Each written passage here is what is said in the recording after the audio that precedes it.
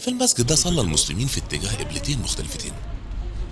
نبدأ حاليا بقى نطلع للمسجد فوق ونشوف ايه اللي موجود فيه.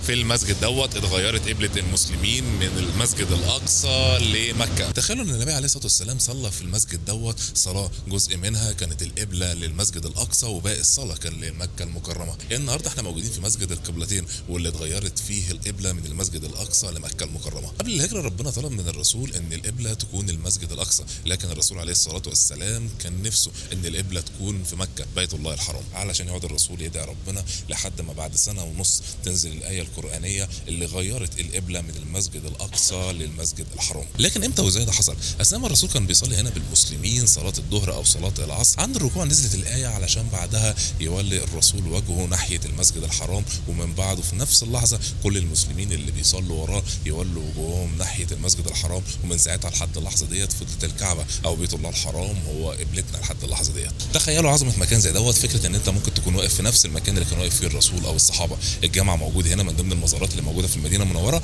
حاولوا تزوروه وتصلوا ركعتين هنا فيه وتستشعروا أجواء المكان.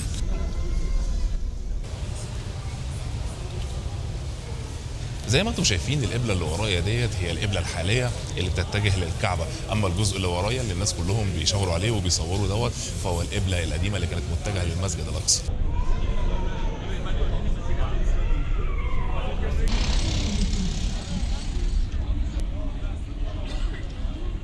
افضل تطبيق هنا تتنقل بيه ما بين كل مكان والتاني هو بولت، الاسعار بتاعته كويسه جدا والعربيات ما بتاخدش 3 4 5 دقايق على ما بتيجي. زي ما انتم شايفين العربيه وصلت اهيت في كام دقيقه، نركبها عشان نبدا نتحرك على الوجهه اللي بعد كده.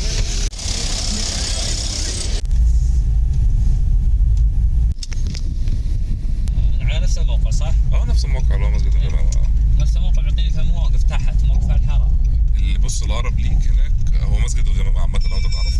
تخيلوا ان الباركنج الضخم ده كله موجود هنا تحت المسجد النبوي في المدينه المنوره. الموقف موجود بمساحات ضخمه جدا تحت المسجد النبوي، وساعه الانتظار فيه تكلفتها ريال واحد بس. كمان بعد ما تخرج من الباركنج تقدر تطلع على السلالم المتحركه اللي جنبنا ديت واللي بتوصلك للساحات الحرم اللي موجوده فوق.